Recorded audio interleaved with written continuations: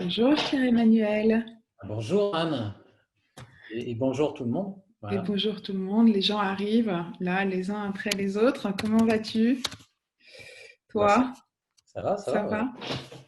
Et bah, comme toi, voilà, on Ah est ben, on est dans l'action. nous, le sommet a démarré, le festival est encore un peu en préparation. Bonjour Eric Joliva qui dit hello dans le Et conversé. Eric, Voilà, on laisse les gens s'installer. On va faire venir Diane. Diane Daigle, que certains d'entre vous connaissent et qui coordonne, elle est là, là voilà, et qui coordonne le dispositif Harpiste. Voilà.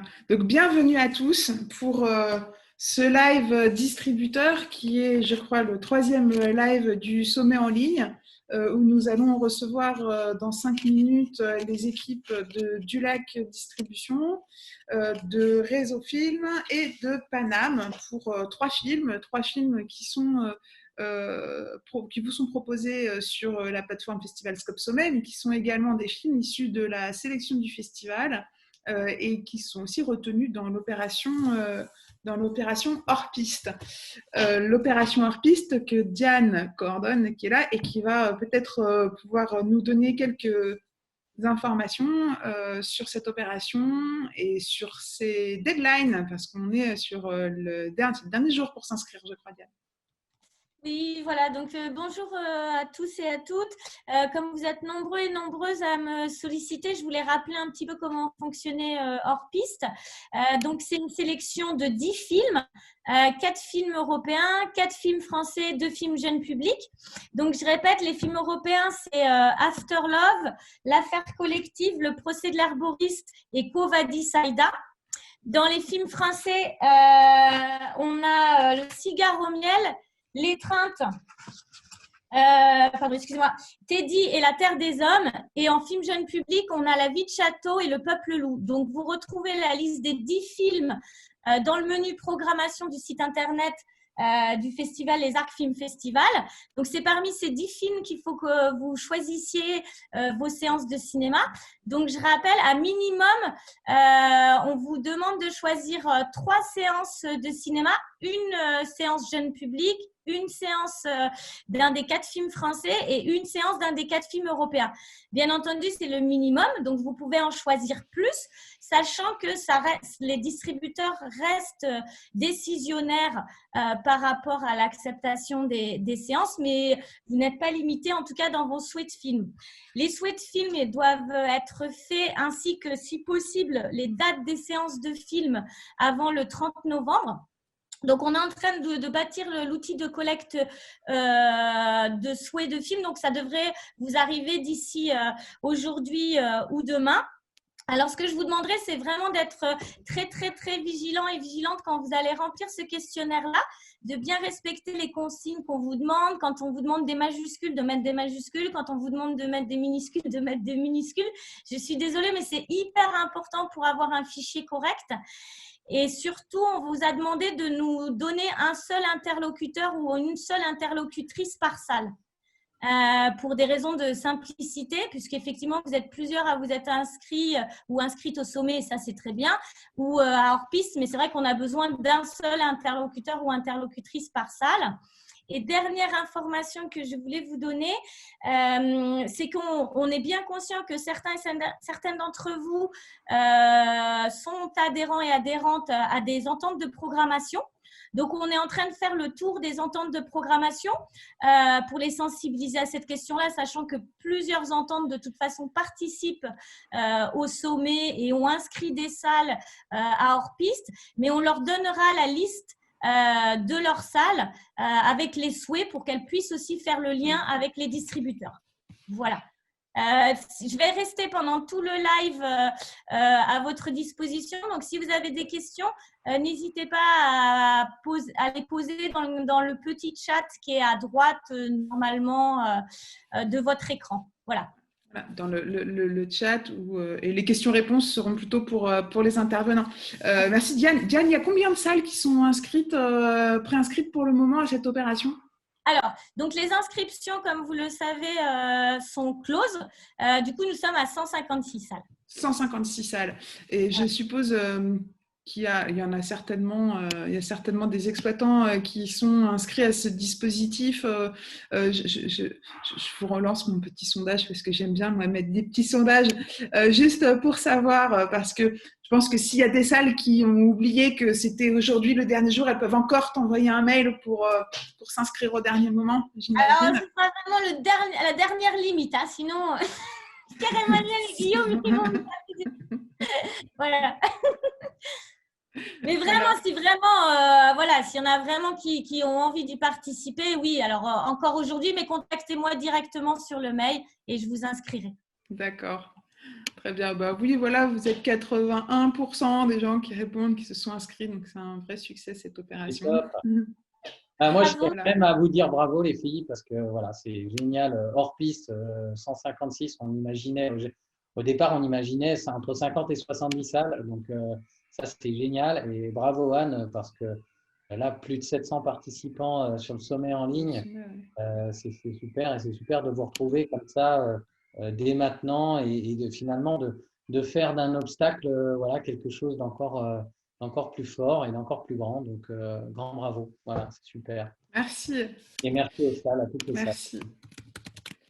Alors, merci Diane. Nous allons aujourd'hui présenter trois films, comme on l'a dit, et on va démarrer tout de suite avec l'équipe de Dulac Distribution, avec Michel Zana et Nina Kawakami pour un film qui s'appelle L'affaire collective et que Pierre-Emmanuel, directeur général des Arts Film Festival, va présenter. Eh bien, ouais, l'affaire collective. Alors déjà, là, c'est super parce que pendant cette session, on va pouvoir présenter 3 films de la compétition officielle des Arcs. Donc, effectivement, l'affaire collective, on parlera de Cigarro Miel après et d'After Love, qui sont évidemment des films qui nous ont énormément plu cette année quand on a fait notre sélection. Et l'affaire collective, pour moi, ça a été un film coup de poing, un film roumain d'Alexander Nano, qui est un film qui revient sur une crise qui a marqué la Roumanie, une crise politique, sanitaire, et on rentre dans une enquête qui est un documentaire tellement rare, hein, le genre de documentaire qu'on voit pas tous les ans, tellement c'est vraiment un moment clé finalement de l'histoire de la Roumanie, de ce qu'on peut raconter sur l'Europe aujourd'hui, les vraies questions de fond sur l'état de droit de l'Europe, sur la manière dont la dérive peut arriver dans un certain nombre de pays d'Europe de l'Est sur des gestions publiques. Et c'est monté comme un thriller, on rentre dans l'enquête. Moi, je trouve que le film est formidable et je crois même qu'il est candidat aussi aux Oscars pour la Roumanie cette année, donc c'est super. Voilà. Donc, coup de cœur pour nous, pour cette compétition et bravo à vous de le distribuer chez Dulac Distribution. Je te laisse la parole, Michel. Ah, Michel, qui n'a pas de son. Ouais. Voilà. Bonjour à tous, vous m'entendez? On t'entend. Merci Pierre-Emmanuel pour cette présentation. Déjà, je voudrais remercier le sommet, le Festival des Arcs pour cette sélection, toute l'équipe du sommet, Anne Pouliquin pour la sélection de l'affaire collective. Voilà, c'est un film, un film documentaire important pour nous et c'est quand même une très très belle opportunité de le mettre en avant, en avant aujourd'hui. Voilà, je voulais quand même, avant toute chose, avant de rentrer dans l'affaire collective, annoncer, bien que la presse s'en ait fait le relais, mais également d'un premier film français de Filippo Meneghetti, qui représente la France aux Oscars, Et voilà, on a eu cette nouvelle il y a à peine quelques jours. Et on est très, très heureux. C'est un premier film qu'on a défendu en février dernier, qui malheureusement, en tout cas, n'a pas pu suivre, on va dire, une exploitation et une circulation habituelle, normale, puisqu'on a été arrêté au mois de mars. Et voilà, et c'est un premier film, en tout cas, d'un jeune réalisateur. C'est également le film de jeunes producteurs français, Pierre-Emmanuel Florentin et Laurent Rojard. Oui. Double casquette. On vous entendrait. Merci. Et voilà, et c'était voilà, dans ces temps un peu difficiles, c'est quand même une très très belle nouvelle. Donc je suis désolé, je voulais juste commencer par ça. Et voilà, et d'ailleurs on est en train évidemment de réfléchir, comme le film n'a pas pu avoir peut-être, on va dire, une exploitation maximale. On est en train de réfléchir en ce moment et de voir comment comment lui redonner en tout cas la possibilité d'avoir peut-être un public un peu plus large. Et voilà, donc c'est en réflexion. Et voilà, et l'affaire collective, il se trouve que c'est également, c'est un film d'ailleurs qui est représenté par le même distributeur américain aux États-Unis, c'est Magnolia, qui représente Deux et qui représente également l'affaire collective. Film que nous pensions sortir en fait beaucoup plus tôt. C'est un film dont j'ai fait l'acquisition fin de l'année dernière après Venise. C'est le second long métrage d'Alexander Nano, qui avait réalisé Toto et ses sœurs précédemment. Film d'ailleurs qui avait eu le prix France Culture. Donc le film a voyagé, Venise, le Festival de Toronto, il est passé par La Roche-sur-Yon, il est finaliste des prix Lux, des prix européens Lux, et il a reçu également à Montpellier au Cinémed le prix du meilleur documentaire, l'Ulysse du meilleur documentaire. Suite au changement récent de planning, et comme on avait vraiment envie de travailler le film au maximum et de pouvoir organiser un maximum de débats et également faire venir le réalisateur, le film sera sera distribué autour de mars-avril prochain. C'est un film qui a le soutien du groupement GNCR. Et Nina vous en dira un petit peu plus. On a déjà quelques partenaires. On avait commencé le travail, donc on a quelques partenaires comme France Culture, Mediapart, le magazine Première, également le label du Festival de Lussas, un nouveau label qui s'appelle Oh My Doc, qui a primé, enfin en tout cas qui a choisi l'affaire collective. Voilà, c'est une sorte le réalisateur, mais Pierre-Emmanuel a dit beaucoup de choses, mais le réalisateur nous plonge dans une enquête assez surprenante, menée par deux journalistes de la Gazette des Sports de Bucarest, qui est un peu comme l'équipe en France, je ne sais pas si c'est l'équipe d'ailleurs, et c'est une enquête au cœur d'un des plus grands scandales sanitaires européens. Voilà, c'est aussi un film sur le journalisme d'investigation, sur les mensonges d'État, sur un film également qui rend hommage au pouvoir de la société civile. Je ne sais pas si il faut que je lance. On a le réalisateur qui nous a fait une petite vidéo de présentation. Est-ce que je lance la vidéo et Nina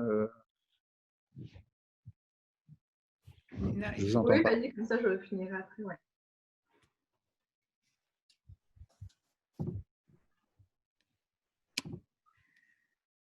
Alors, tu peux y aller.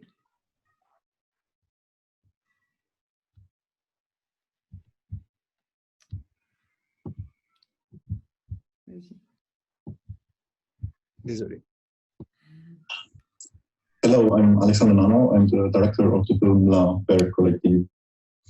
The first time there was an idea to make this film was after the fire, when a young generation in Romania took to streets, and the biggest demonstration since the revolution 30 years ago started.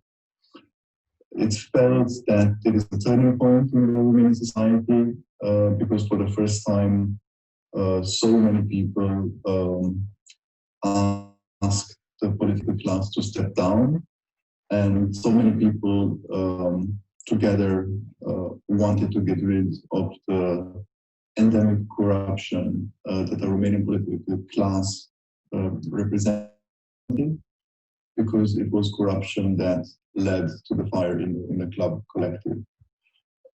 I wanted at first to understand the relationship between the power, the pretty populist power in Romania, that goes through all political parties, and the people. So I wanted to understand how a democracy starts to take shape when citizens really ask for their rights and ask a political elite to respect democratic values. But unfortunately, after the fire, the authorities, together with doctors and hospital managers, lied that they can handle the health crisis that emerged from having so many injured people. There were around 180 injured young people from the club. And they decided to lie to everybody that Romania can treat these people, that Romania has a great healthcare system, as good or better than in Germany. And this resulted in death. Many died that did not have to die if the Romanian state would have let the parents to fly them out to burn units to other European countries.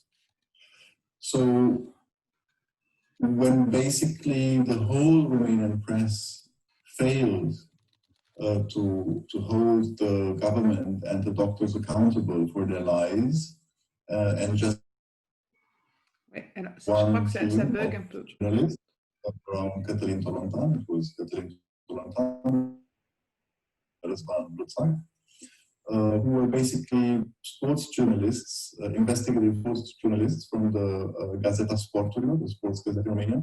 And although they only have investigated the sports world until there, they started to investigate the health system and discovered and unveiled the lies that was spread.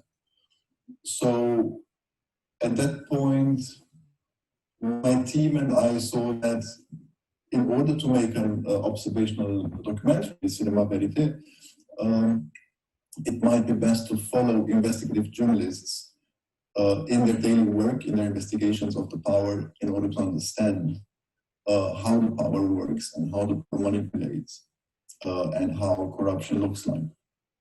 We were never prepared for the vast amount of corruption and of lack of humanity we have found. We were never prepared for the fact that politicians and doctors together can organize and decide that they can lie and kill people. It goes up to this day in Romania. Unfortunately, the healthcare system has not changed a lot. But what has changed since we started filming this film is the world around us. We have seen more and more countries becoming like Romania, basically taken over by populists that only govern and use the power in their own interest, and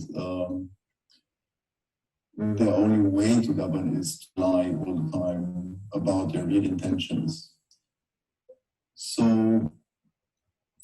right now, I think that it is more and more important for European cinema to start and look at journalism and at the free press as really very important character that we can understand through cinema, and through cinema we can understand also the work of the press and what role it really plays in secure democracy and really giving us the citizens the truth. And the truth in times where there's so much fake news is based on what we call actually the quality of information. And the quality of information, I think, is always there when there's a quality of the human being, of the character behind the information. Who's the journalist who brings us the information, and is he really free or not? Is he opportunistic? Does he have to serve a certain media outlet that has to serve the power? So I think in order to understand the world we're living in, we need to have cinema that looks at the truth in our society. I hope you enjoy the film, and I also hope that we can meet sometime live when all this pandemic is over. Thank you very much. Je ne sais pas si ça a bien fonctionné. Il y a eu quelques bugs. Ça a bugué un peu, puis après ça s'est arrangé. Ouais, à la fin, c'était bon. Je ne sais pas si on peut rendre disponible la vidéo, peut-être. Je sais pas, on verra si on peut la partager. Ouais. De toute façon, c'est une vidéo qu'on comptait utiliser justement pour les salles qui le souhaiteraient, pour l'utiliser comme introduction au film. Donc, puisque bien sûr, on compte inviter Alexandre Nano pour la promotion du film en France. Maintenant, on essaye de parer un peu les éventuelles conditions par rapport au déplacement de nos talents. Donc, effectivement, c'est quelque chose qu'on convertira en DCP. On l'a déjà fait avec la salle de Bayonne, d'ailleurs. Ce test-là, ça a plutôt bien fonctionné. Donc, voilà, c'est quelque chose qu'on rendra disponible. Et dans l'idée étant aussi pour accompagner le film, on enregistrera des petites vidéos, justement, avec Alexandre Nano, pour des petites introductions ou des rencontres, des Q&A clés en main. Mais bon, après, j'ai vu aussi que dans une discussion précédente avec le Sommet, le Festival des Arts, que c'est quelque chose qui allait être fait de votre côté. Donc, du coup, peut-être qu'on pourra mutualiser tout ça pour rendre accessible ces éléments de communication auprès des experts. Pour aller un peu plus loin sur le film, pour l'accompagnement du film, pour info, on a de très bons retours sur le film pour l'instant, que ce soit la presse ou surtout la presse qui le film est sorti d'ailleurs aux États-Unis et en Angleterre, où on a regardé ce matin sur Rotten Tomatoes, il est à 100% de taux de satisfaction, que ce soit critique ou spectateur, et c'est 100% de satisfaction pour les critiques. Ça représente 75 articles, c'est un beau panel d'articles et de très bons échos par rapport au film. En France, on a commencé à le montrer. Donc, comme Michel vous a dit, le film qui a été présenté à l'USAS a remporté le label All My Doc. Donc, il y a un nouveau label en partenariat avec France Culture et Mediapart qui sélectionne en gros les meilleurs films documentaires. C'est un label de qualité, une incitation à la programmation. Donc, on a la chance d'avoir 2 documentaires qui ont remporté ce label. Donc, L'Affaire collective, mais aussi 17 Blocks, qui est un de nos films qu'on compte sortir, qu'on espère sortir début janvier, si tout va bien. Ça dépendra de ce soir, bien sûr. En termes d'accompagnement, on va essayer d'aller au-delà de la presse cinéma. Je sais que côté marketing et nos attachés de presse sont en train de voir pour toucher des journalistes d'investigation, justement, puisque c'est le film qui porte et c'est vraiment très intéressant d'avoir leur avis. Et on va aussi avoir un axe politique par rapport au contenu du film. On parlait tout à l'heure de deux et de l'affaire collective qui représente chacun leur pays aux Oscars. C'est vrai que cette année, on a beaucoup de chance chez Dulac Distribution, puisqu'on a d'autres films. Donc, 2 représentent la France pour les Oscars. L'affaire collective représentera la Roumanie pour les Oscars. On a aussi Gaz à mon amour, que vous aurez l'opportunité de découvrir au Sommet et au Festival des Arcs, début décembre sur ce Festivalscope, qui représentera la Palestine pour les Oscars. Donc, c'est un film des frères Nasser. On aura l'occasion de représenter le film un peu plus en décembre, du coup, ici sur cette plateforme. Et on a aussi Canción sin nombre de Melina León qu'on a sorti en mars et qui représentera le Pérou. Donc, un beau panel. Je ne sais pas si tu veux rajouter un mot par rapport à ces films-là, Michel, ou pas? Non. Canción sin nombre, le film est sorti cette année et non, très heureux d'avoir ces 4 films, 4 représentants de 4 pays. Non, très heureux également, j'en profite pour la sélection de Gaza mon amour également au Sommet des exploitants. Et très peu de gens l'ont vu, en tout cas, très peu l'ont vu. Le film a fait sa première au Festival de Venise. Il était également à Montpellier, mais en tout cas, les premiers spectateurs seront et les premiers exploitants seront au sommet. Donc non, très hâte en tout cas de présenter le film.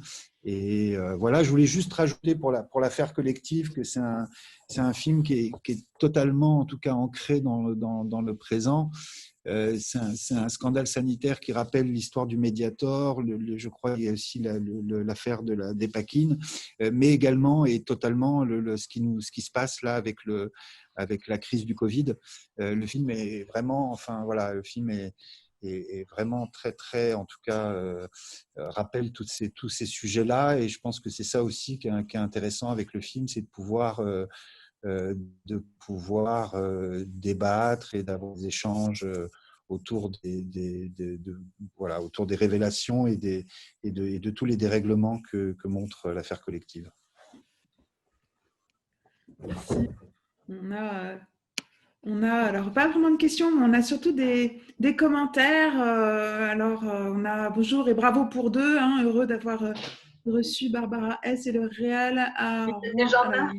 Ouais, c'est Jean-Marc, voilà, c'est encore un beau souvenir. Il y a Franck Roulet qui dit l'affaire collective, c'est bien plus qu'un documentaire, un formidable film sur le journalisme. Voilà, on a un film très étonnant soutenu par le GNCR, rappelle Gauthier Lavrus. Gauthier qui était avec nous ce matin. Bonjour Gauthier. Et Jean-Marc revient à nouveau sur l'affaire collective. Excellent doc, passionnant et d'actualité. Voilà. Hop. On remercie bien sûr ces premiers retours qui sont toujours très importants en plus.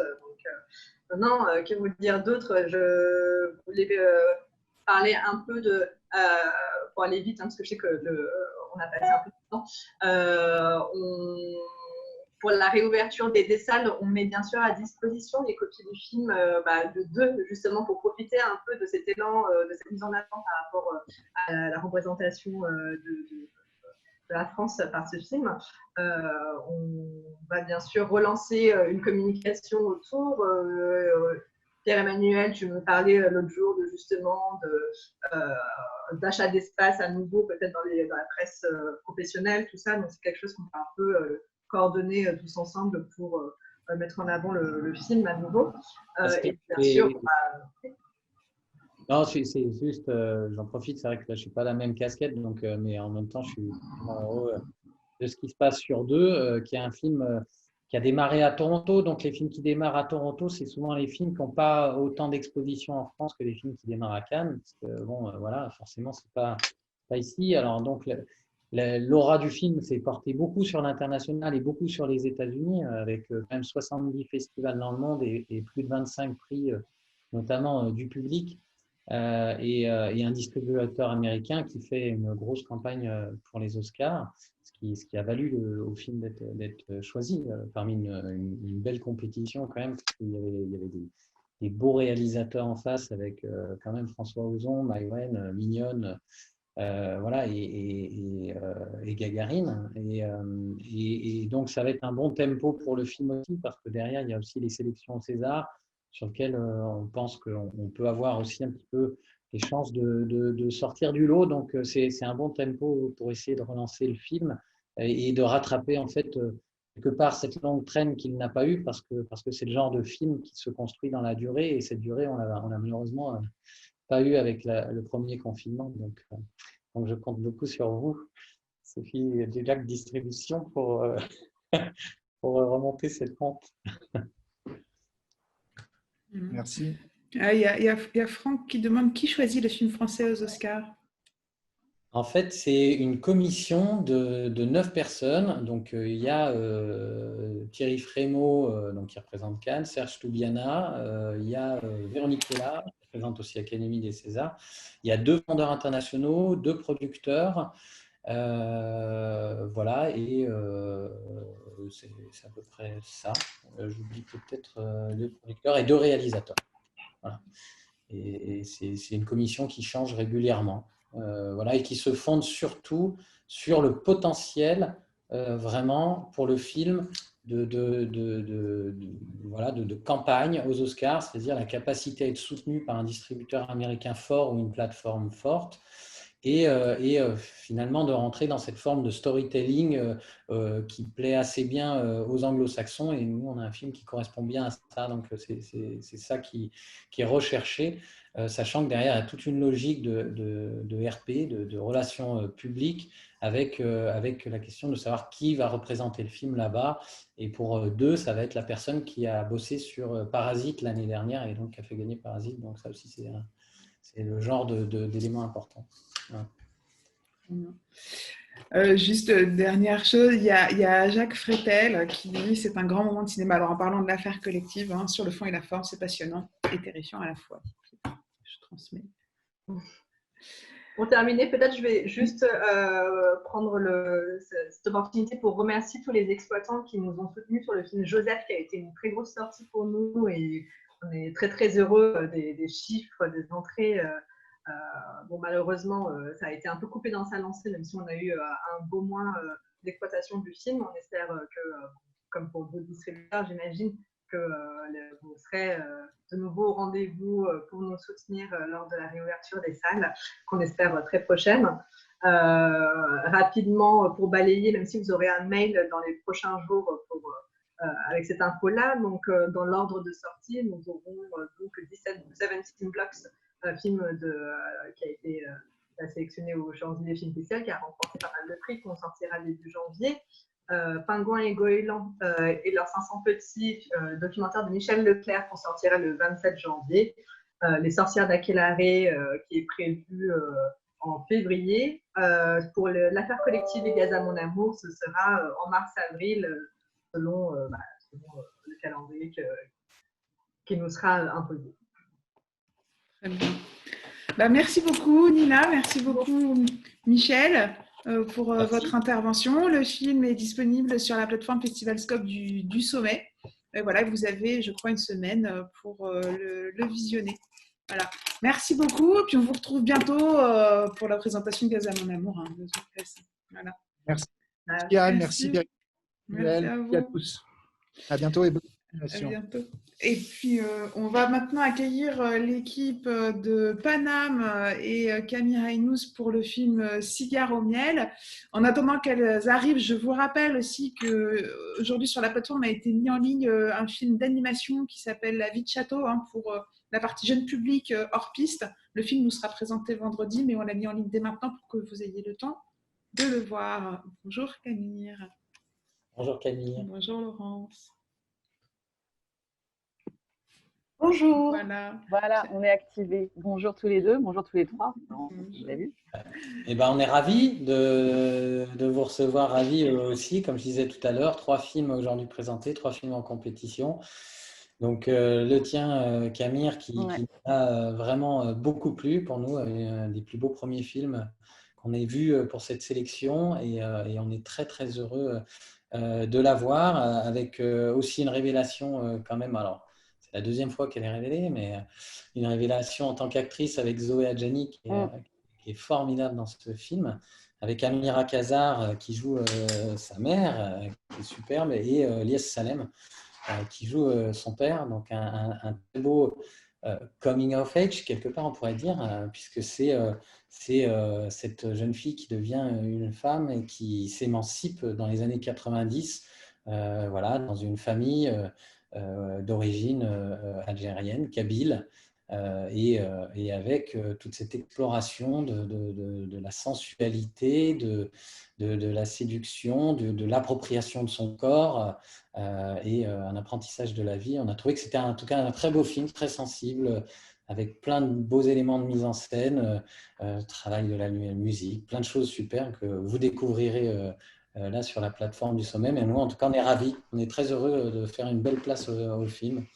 Voilà. Merci beaucoup, merci pour cet accueil. Et puis qu'il atterrisse en France de cette manière, on est ravis. Et, oui, effectivement, on peut appeler ça un petit peu un coming of age, mais je pense que plus largement, ce que je voulais faire, c'était peindre le portrait d'une jeune femme qui était combative, déjà, quelles que soient ses origines et quel que soit le contexte. Et là, en particulier, d'une jeune femme qui cherche à reprendre le contrôle sur son corps, puisqu'on lui ordonne beaucoup de choses, pas du tout que dans sa famille algérienne, mais plus largement d'un point de vue sociétal autour d'elle en France. Donc effectivement, dans les années 90, sauf que ben, évidemment qu'il y a encore une résonance très actuelle, même encore plus qu'au moment où j'ai commencé à écrire ce film, qui m'a pris du temps, hein, ça m'a pris 10 ans pour l'écrire et le développer, parce que c'était justement le temps qu'il fallait pour moi-même prendre suffisamment de recul sur ce que j'avais vécu aussi à cette époque-là, puisque effectivement c'est des sens autobiographiques.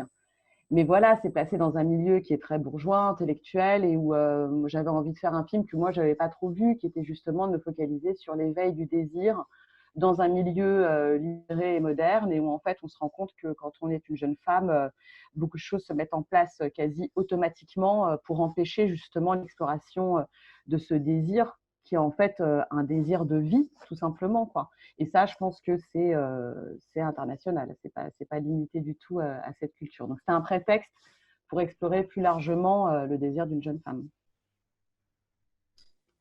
Ça nous a beaucoup plu. Alors, Laurence, tu peux nous en dire plus peut-être aussi?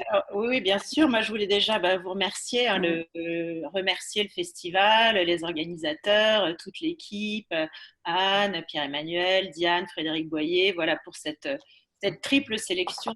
Il est à la fois, comme vous l'avez dit, au sommet des exploitants, en compétition, dont on est ravis, et aussi en hors-piste. Donc, j'espère que vous serez nombreux à apprécier le film et à le programmer lors de cette manifestation dans vos salles, qu'on espère très rapide. Enfin, j'espère que les salles vont ouvrir très, très vite, comme tout le monde.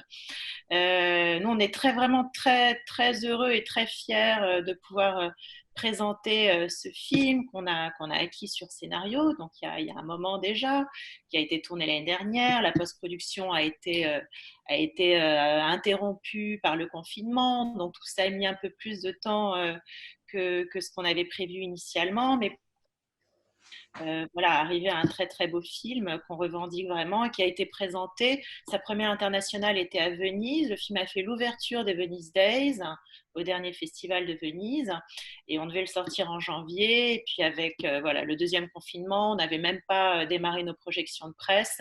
Finalement, on a tout gelé.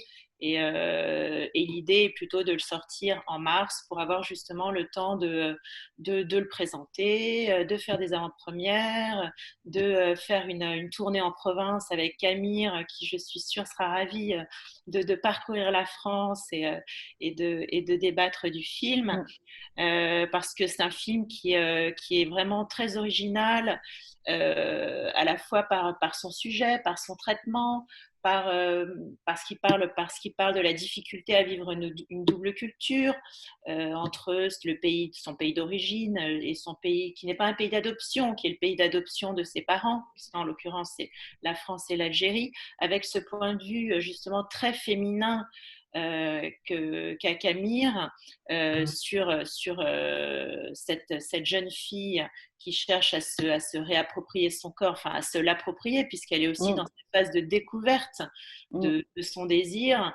Et on se rend compte que finalement, le patriarcat, qui soit, comme l'a dit Camille, c'est pas qu'une culture orientale, c'est aussi dans le monde des années 90 et encore aujourd'hui, voilà, une manière enfin, le pouvoir des hommes sur le corps des femmes, en fait, est assez commun à de nombreuses cultures, même s'il nous paraît parfois plus exacerbé dans des cultures plus orientales. Mais finalement, on se rend compte que, voilà, qu'il y a des choses vraiment communes dans le rapport au corps et ce que peut ressentir une jeune fille. Donc c'est vrai que c'est un sujet très original, qu'on parle qu'il y a aussi peu de films qui ont été tournés en Algérie. Il y a une partie du film qui a été tournée en Algérie. On voit rarement l'Algérie en France au cinéma, et l'Algérie vue par une Française, dont c'est aussi une partie de la culture. Donc il y a un regard aussi très intime et très personnel sur ce pays. Ça nous a aussi beaucoup émus, en fait. Moi, je trouvais ça très émouvant. Je dirais Et même qu'il y a la Kabylie. Enfin, c'est une Mm. partie de la Kabylie qui est rarement montrée et qui est magnifique. Magnifique. c'est Ouais. vraiment sublime, sublime. Ouais. Et voilà, et la manière aussi dont Camille a traité ce sujet de la sexualité, de la sensualité féminine, du désir, avec à la fois une extrême crudité dans le propos et dans ce qu'elle veut dire, et en même temps énormément de pudeur dans le traitement, et dans les images du film. Avec, comme le disait Pierre-Emmanuel, la révélation de Zoé Adjani, qui vraiment littéralement crève l'écran. Elle est magnifique. Donc voilà, un très très beau film. Oui, et puis je vais juste rajouter que une des raisons fondamentales pour lesquelles j'ai voulu faire ce film, c'était justement de m'attaquer à un système qui effectivement est un système d'oppression, mais je parlais de jeunes filles combatives dès le départ parce que en fait c'était la façon dont, comment est-ce qu'elle peut trouver les armes en elle, quoi. Et en fait ce film est très basé sur la relation mère-fille, donc la mère jouée par Amira Kazar, et comment justement déconstruire un lien qui lui-même transmet ce qu'on appelle donc le patriarcat et qui est ce système d'oppression, et à quel point finalement c'était, et c'est entre leurs mains à elles aussi de s'en extraire, quoi. Donc, je voulais dresser comme ça un film, enfin le portrait la construction d'une émancipation qui soit transgénérationnelle. Et il y a beaucoup de dialogues, même subtils et non dits, entre ces deux personnages de mère et de fille qui sont à la fois sensibles, sensuelles, mais aussi très fortes dans leur combat. Oui, je trouvais aussi intéressant de faire figurer à l'écran un personnage qui soit pas le cliché d'une beurette des cités, mais de montrer, ça peut paraître évident, mais ça ne l'est pas forcément parce qu'on ne le voit jamais dans le cinéma français, une fille d'origine algérienne, mais d'un milieu bourgeois, cultivé. À Neuilly. Voilà. Oui, à Neuilly, et je crois que globalement, on est beaucoup, enfin, je me rappelle grandir en France avec des parents algériens, retourner beaucoup en Algérie, donc être très empreinte de ma culture algérienne, tout en étant tout aussi empreinte de ma culture française. Et en fait, je ne me suis jamais sentie représentée à l'écran, donc que ce soit à la télé ou au cinéma. Et parce que effectivement, on est quand même très souvent stigmatisé d'une façon qui, pour beaucoup d'entre nous, ne nous correspond pas. Et donc, c'était une façon de montrer aussi cette diaspora algérienne, enfin, juste de la montrer tout court. Alors évidemment, c'est mon regard dessus, mais juste qu'elle existe, quoi, en fait, tout simplement. Et ça, je pense présumer quand même qu'en ça va parler à beaucoup qui, effectivement, ne se voient jamais représentés.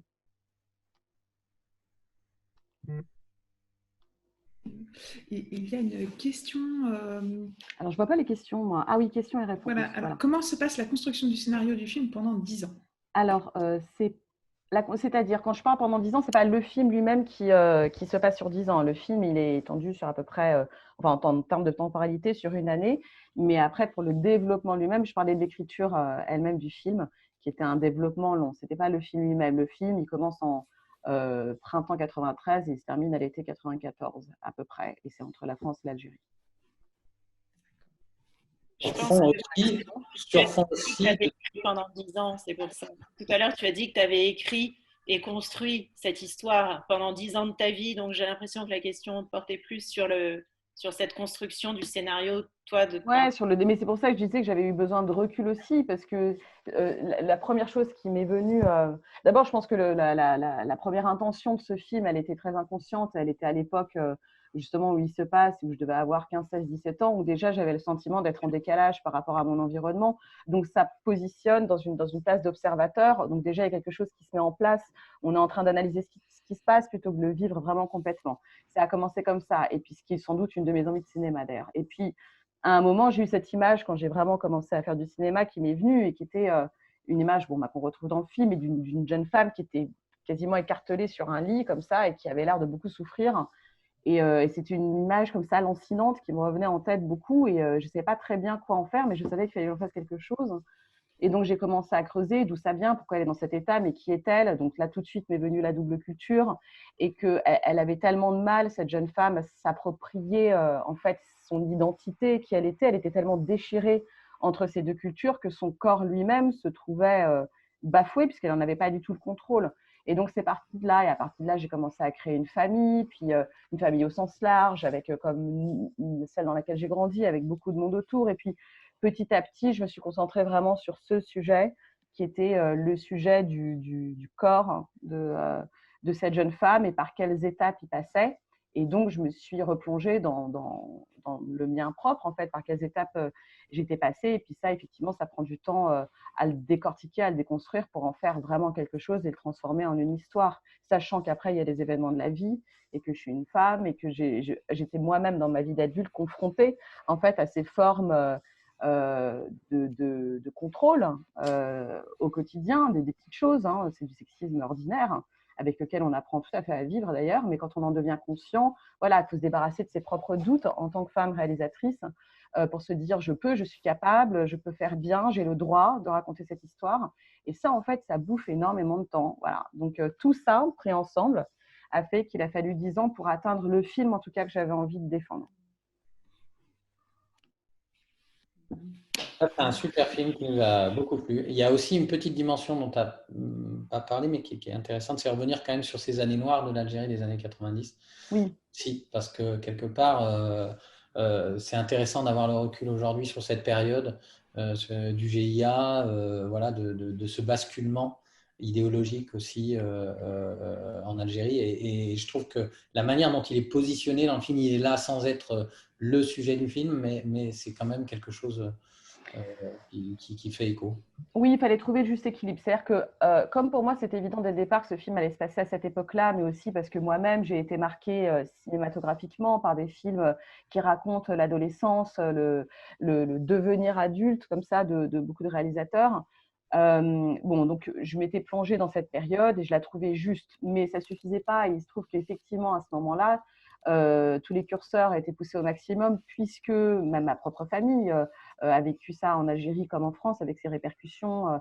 C'est à cette période-là aussi qu'il y a eu les attentats du RRB, que ça a commencé véritablement le terrorisme islamique en France. Et comme toile de fond, malheureusement, c'était parfaitement adapté, puisque c'est aussi l'émergence d'un mouvement mortel, dangereux, qui a pour une première cible le corps de la femme, justement, et la façon de l'enfermer. Et donc, je ne voulais pas trop que ce soit appuyé, trop flagrant, mais c'est une toile de fond menaçante, effectivement, du début à la fin du film, qui marque en plus les prémices des conséquences qu'on voit encore aujourd'hui, y compris en France et partout dans le monde. Et donc, c'était l'émergence comme ça, c'était à la fois l'émergence de cette jeune femme, sa naissance, comme on le voit un petit peu d'ailleurs dans les derniers plans du film, tout en étant paradoxalement l'émergence d'un mouvement qui vient contrecarrer cette émancipation. Et donc, j'ai voulu mettre en scène ces deux forces opposées, mais de manière sourde. Ce n'est pas un film explosif en soi, on sent qu'il y a un potentiel, mais de manière sourde tout au long du film, il faut qu'elle lutte contre des dynamiques qui vont sans doute, on le sent, se poursuivre plus tard dans sa vie d'adulte, mais ça place le personnage dans une position très vulnérable. C'est intéressant d'ailleurs de voir l'évolution du personnage de sa mère, qui va aussi un peu dans le même sens, finalement. Oui, tout à fait. Alors, pardon, je répondais à une question. Alors, oui, le personnage joué par Amira Khazar, de la mère, effectivement, elle est dans une dynamique au départ. C'est un personnage qui est elle-même figé dans ses codes patriarcaux, c'est-à-dire ces codes où, effectivement, la parole et la pensée de l'homme est dominante. Mais bon, je veux dire, ça fait quand même des millénaires. Donc, elle, comme son mari, d'ailleurs, joué par Lies Salem, répondent tous les deux de manière tacite à ces conventions. Sauf qu'on est dans une famille, effectivement, comme je le disais plus tôt, qui est éduquée, qui a fait des études universitaires, qui est donc éveillée et qui est consciente de certaines de ces coercitions. Et donc, la mère est à la fois libre et en même temps enfermée, et elle aurait pu rester comme ça toute sa vie si sa fille n'avait pas grandi, en France en l'occurrence, dans un environnement où la fille est confrontée elle-même à du sexisme dans cette école de commerce et par ces jeunes hommes français, eux-mêmes victimes d'ailleurs de ce système, qui essayent de se positionner comme ils peuvent là-dedans. Mais donc, cette jeune fille, elle est issue de ses parents, donc, qui sont eux-mêmes combatifs, leur propre peuple a été combatif, et donc elle ne va pas se laisser faire. Et c'est en se laissant pas faire qu'elle va se retrouver dans des situations dramatiques, tragiques, qui n'étaient pas du tout prévues au départ, et certainement pas par les parents, et qui font que même de manière comme ça inconsciente, la mère sent très bien que sa fille est en train de se perdre, et c'est pour cette raison qu'elle se réveille elle-même, et qu'elle trouve le courage de s'opposer à son mari, au système, à sa propre famille, quand il retourne en Algérie, à tous ces liens d'amour qui les tiennent tous, parce que sinon il n'y aurait pas d'enjeu, et qu'effectivement la mère rentre dans cette dynamique de libération, mais alors elle y va du coup à fond, parce que c'est la dernière limite. Si elle ne le fait pas à ce moment-là, c'est terminé. Mais elle le fait à fond, directement face aux islamistes, justement. Bon, on va pas raconter tout le film parce que les Non, je parle d'une dynamique. Oui.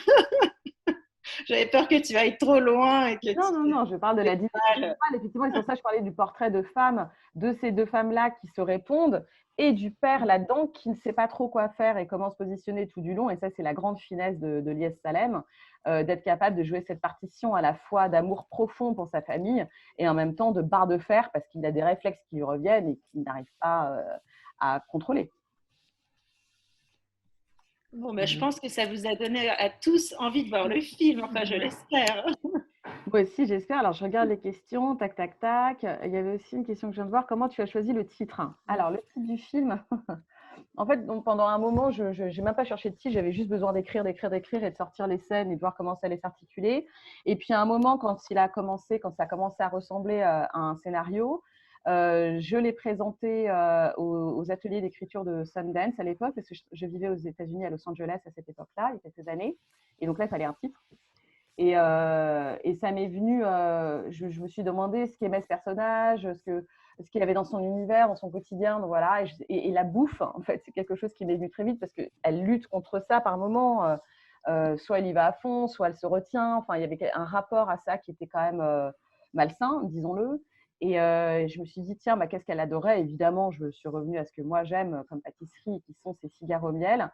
Et j'ai souri tout de suite parce que leur forme est évidemment symbolique et la façon de les manger là aussi. Je me suis rappelée de tous ces mariages où j'étais allée en Algérie, à Alger, en Kabylie, avec toutes ces femmes qui mangent et qui dégustent ces cigares de forme phallique, disons-le. Et je me suis dit, c'est fou parce que c'est tout à fait la symbolique de ce film, c'est-à-dire comment elle va se débarrasser de toute cette tradition pour retrouver elle-même son propre désir. Où est-ce qu'il se situe, quoi. Donc voilà, c'est venu comme ça.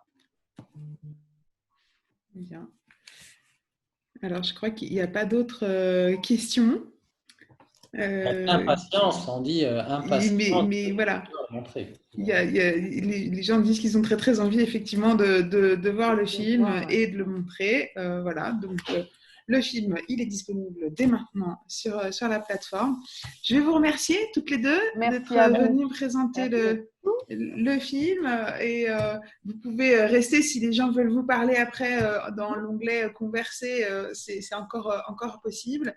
Merci beaucoup, je souhaite beaucoup de succès au film et merci d'avoir été là. Merci. Merci beaucoup, à bientôt. À bientôt. Et on va maintenant accueillir l'équipe de réseau, donc tout à fait. Florent Bugeaud et Colline Krantz pour After Love.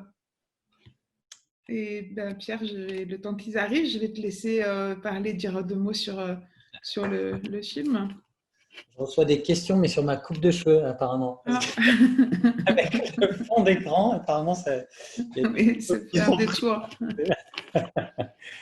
Non, mais nous, on est super aussi contents. Encore une fois, un film en compétition, After Love, un des premiers films qu'on a sélectionné cette année de Halim Khan, film anglais qui se passe entre Douvres et Calais, Et en fait, une femme qui, à la mort de son mari, se rend compte qu'il avait une double vie, voilà, une double vie de chaque côté de la Manche.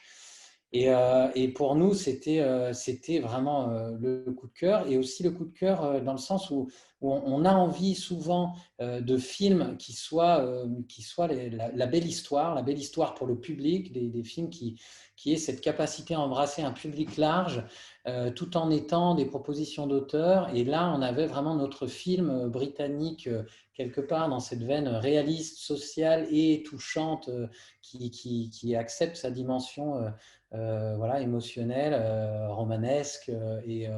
Et nous, on a eu vraiment le coup de cœur pour ce film, très beau film qu'on a rentré assez vite dans notre sélection, et je pense qu'il plaira très largement. C'est vraiment la belle histoire à l'anglaise, enfin en tout cas de notre côté, mais qui tout à coup se retrouve aussi de l'autre côté de la Manche, ce qui est assez intéressant. Voilà, pour dire quelques mots sur ce film. Voilà, donc Florent et Colline. Je pense aussi, je confirme, tout à fait. Ce film va plaire, bien évidemment. Non, mais à la fois, Pierre-Emmanuel a tout dit, parce que je pense qu'il ne faut pas en dire plus sur le film. C'est un film d'une subtilité incroyable sur un drame de vie, entre guillemets, mais un drame courant presque, et sur des sentiments de tous les jours, sur l'amour, l'amour d'un couple, l'amour d'une mère, l'amour de corps, et deux femmes comme ça qui vont se retrouver dans une position très à la fois embarrassante, et qui vont s'attirer par leur contraire aussi. Enfin, je pense qu'il ne faut pas trop raconter le film, qu'on a très envie de le montrer. Alors attention, vous êtes, je pense, parmi les premiers à le voir, parce que donc, le film était sélectionné à Cannes à la Semaine de la Critique, que après tous les festivals qui étaient intéressés par le film ont été annulés les uns après les autres, qu'il a simplement entre guillemets, puisque c'était la rétrospective de la Semaine de la Critique, notamment à la Cinémathèque de Paris, où il y a eu la projection officielle il y a un mois à peu près, je crois, et où le réalisateur donc, est venu d'Angleterre, enfin, malgré toutes les complications de vaccins enfin pas de vaccins, mais en tout cas de tests, etc. Donc il n'y a eu qu'une seule projection publique, entre guillemets, jusqu'à maintenant, en présence du réalisateur, et à l'occasion de laquelle projection, le film a reçu le prix de la Fondation Gann, donc a été le seul prix aussi remis à Cannes cette année, qui est en association avec la Semaine de la Critique. Donc, et là-dessus, la Semaine de la Critique a vraiment beaucoup porté le film depuis le début, comme tous les films de sa sélection, mais elle l'a beaucoup accompagné. Maintenant, c'est à nous de le faire, et demain, ce sera à vous, exploitants amis de longue date. Non, on compte beaucoup sur vous, bien sûr, mais pas sur ce film en même temps, c'est à la fois sur tous les autres qu'on a à redater, qu'on a à replacer dans ce contexte très compliqué, mais cette année a été très compliquée pour tout le monde, et pour ces films un petit peu découvertes que nous, c'est un petit peu notre travail d'aller chercher ces premiers films. Beaucoup, on avait un autre film à la Semaine de la Critique, qui était le film d'Anna Cazenave, Cambé, de l'Or pour les chiens. Tous ces films-là qui n'ont pas eu Cannes, qui n'ont pas eu de festival beaucoup derrière, on doit les porter doublement aujourd'hui à vous, en notoriété, en travail, et aussi, j'ai oublié ce que je voulais dire, mais on doit les porter beaucoup plus que d'habitude. Oui, et dans un contexte aussi qui va être surchargé dans les semaines qui viennent, enfin j'espère dans les semaines qui viennent d'ailleurs, en termes de nombre de sorties, de films de concurrence, etc. Et tout ce que je pense qu'a fragilisé un petit peu ces films vont être plus fragiles qu'ils ne l'étaient encore. Et cette tendance ne va faire que s'amplifier un peu.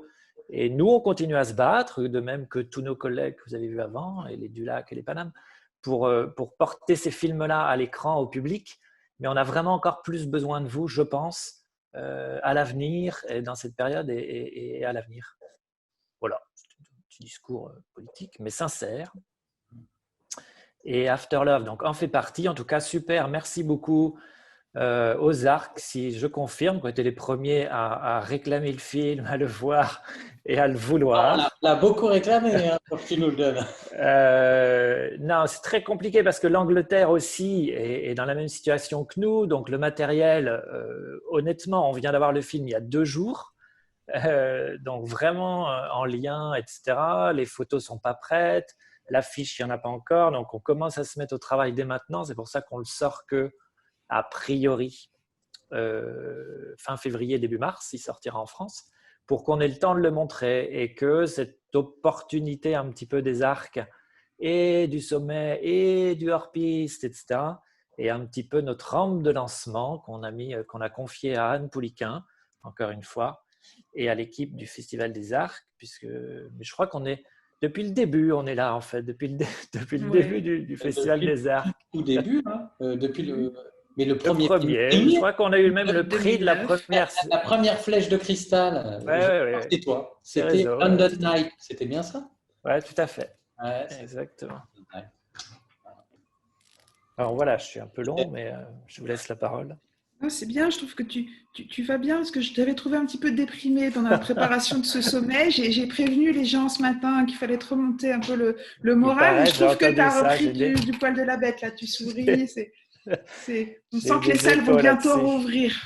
Merci de ton soutien.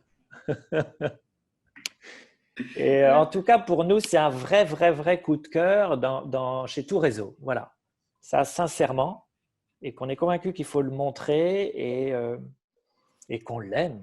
On aime vraiment ce qu'il dit et ce qu'il raconte et son cinéma et sa subtilité à tout point de vue. N'est-ce pas, Colline? Si. Non, mais c'est sûr que ça a été un coup de cœur immédiat, ce film.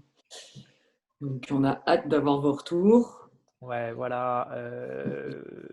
Il y a une personne qui est déjà en ligne parce qu'on a déjà, j'ai déjà des retours depuis ce matin. Il y a une personne qui demande justement pas de lien vers les films sur la plateforme. Alors, je rappelle que pour accéder aux films sur la plateforme, déjà, il faut être accrédité, que les liens, vous les recevez. Alors, vous recevez un identifiant de FestivalScope, que les films sont ouverts à tous les exploitants, puis ensuite aux professionnels autorisés. La réseau n'a autorisé que les exploitants, presque, non, un peu plus large. Plus large. C'est la surprise. Voilà. Non, mais encore une fois, c'est la toute première projection. Donc ça se justifie. Et puis, et si vous n'avez pas encore reçu vos identifiants, c'est parce que vous êtes accrédité depuis très peu de temps et qu'on n'a pas encore eu le temps de traiter votre accréditation. Voilà. Et que ça va arriver. Je sais que vous êtes tous très impatients.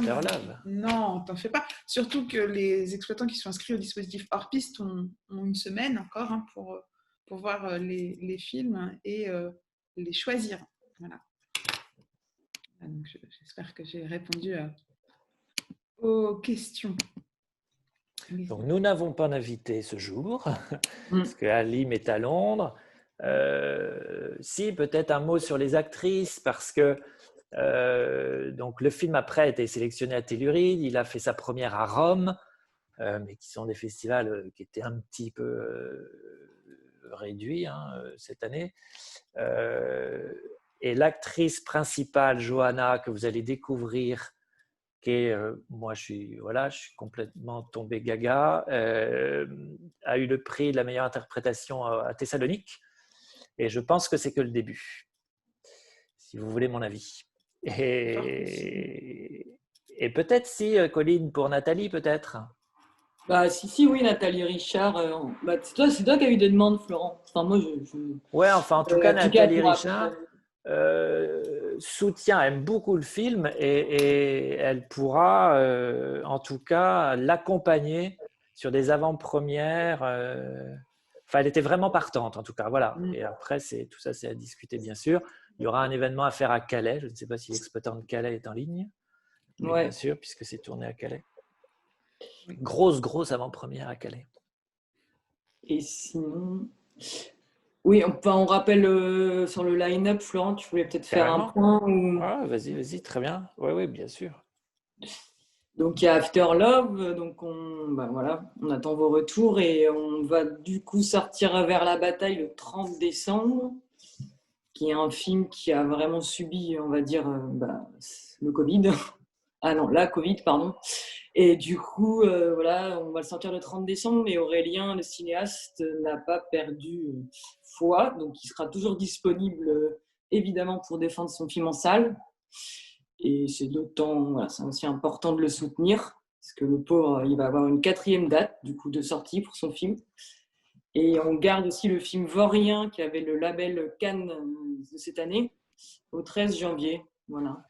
Pour le moment, c'est 2 dates qui semblent un peu se préciser de manière sûre. Et Vaurien, c'est un autre film de la sélection. Voilà, d'ailleurs, il est en compète aussi. Oui. Voilà, Ouais. en compétition, et vraiment film très fort. Et, On n'a pas payé. Un Pierre de Longchamp qui est incroyable à découvrir. Ouais, tout à fait. Bon, alors est-ce qu'il y a des petites questions ou des encouragements, parce que vous pouvez aussi encourager. Est-ce qu'ils sont encore là sur là, Il en a besoin. Il en a besoin. Moi, je vois rien du tout. Lui envoyer. Mais si, tu peux voir les commentaires dans Converser. Voilà. Et pour l'instant, les gens, je pense que les informations les informations de Toulon qui me dit qu'elle aime bien la plante derrière. Ah. Ça me fait plaisir. Où elle va? Colline avait beaucoup travaillé son cadre. Mon arrière-plan. Et le beau Luxor, on lit. Ah, et le beau Luxor, mais tout à fait, qui n'est pas tout à fait prêt encore pour Noël. Donc, je pense qu'on va être obligé de le décaler. Et auquel cas, ça ira, je pense, en février. Voilà, lui qui a eu un prix à La Roche-sur-Yon, qui était à Sundance, voilà, qui a une invitation au voyage dans tous les sens du terme, c'est vrai. Donc, si vous ne l'avez pas vu, il est sur la plateforme AFCA. After Love passe aussi aux journées de prévisionnement AFCA cette semaine. Voilà, il était sélectionné aux journées de prévisionnement du Nord qui ont été annulées au moment d'Arras. Mais pour toutes les informations, vous savez où nous joindre, hein, aussi bien Colline que moi. Et ça nous fera plaisir de vous retrouver. Merci. Tu as des encouragements. Alors, je ne sais pas de qui, parce que c'est une personne qui s'appelle administrateur, mais qui dit bravo et courage, Florent. Voilà. C'est toi? Non, c'est pas moi. Non, mais ça va. Ça va quand même. Vous inquiétez pas. Ne croyez pas tout ce que je vous dis. Voilà. Non, mais courage à tous, hein, courage à tous les exploitants aussi, en espérant effectivement une reprise le plus vite possible. Et voilà, en tout cas, nous, à notre niveau, aux Arcs, on essaye de soutenir tout ça. Mais c'est bravo, Claude, hein. C'est Claude Duty, alors, qui est administrateur. Ah, Claude. Je t'embrasse, Claude. Attends, il peut venir nous voir, Claude. Claude, on peut le faire entrer. S'il veut nous faire un petit coucou, peut-être. Hein, Claude, je lance ta vidéo, Claude. Claude, il aime beaucoup. Voilà. Et je vois si ça marche. Ah ben le voilà. Le voilà. Je réactive ton micro. Il faut que tu réactives ton micro, Claude. Voilà. J'ose plus parler maintenant que j'ai gaffé lors du lancement du festival. Ah bon? Non, mais bravo. Tu as annoncé le prix déjà? Tu as déjà annoncé le prix? C'est le palmarès. Pour en être capable. Non, mais bravo. Et je suis là depuis le début et c'est voir une dynamique comme ça, c'est très stimulant, surtout en ce moment. Et c'est formidable.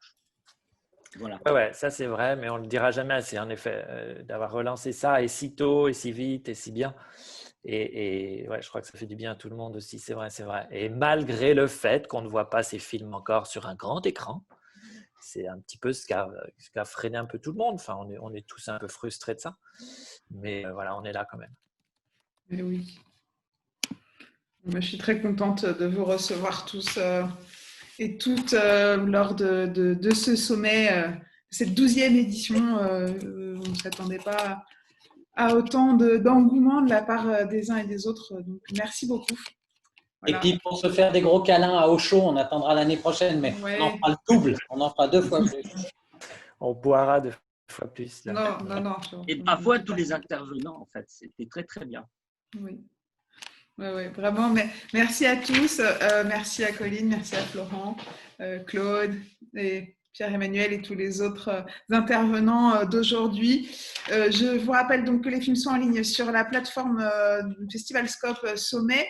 On vous redonne rendez-vous donc pour le prochain live distributeur qui aura lieu ce vendredi.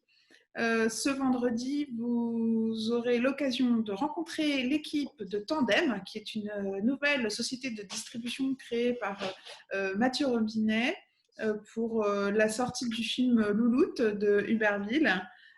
Nous aurons aussi, alors ça va être une super séance aussi vendredi, on aura La vie de château présentée par GBK en présence de sa réalisatrice et avec l'équipe de Benchy. La vie de château qui est un film hors piste aussi, qui est un film jeune public, et on aura l'occasion de découvrir avec Benchy une partie du matériel publicitaire et des supports qu'ils ont mis en place avec le distributeur.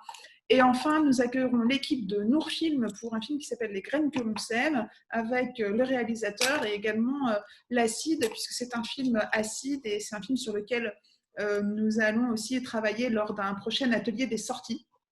Donc, je vous recommande vivement d'être présent vendredi.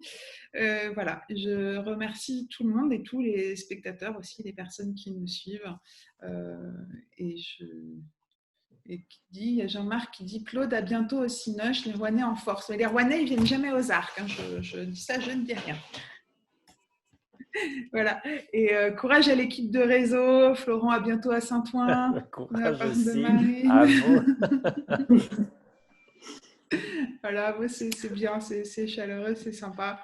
J'espère qu'on aura un jour l'occasion de boire des coups au chaud. Oui, Camille. Merci pour tout ce que vous faites, avec grand plaisir. Et voilà. Bon, et bien alors, merci à tous. Je vais vous souhaiter des bons films en ligne. Hein, n'hésitez pas à nous faire des retours positifs, évidemment, sur tous les films que vous voyez. Voilà. Et puis, à très bientôt. Merci au festival. Salut. Merci. Salut.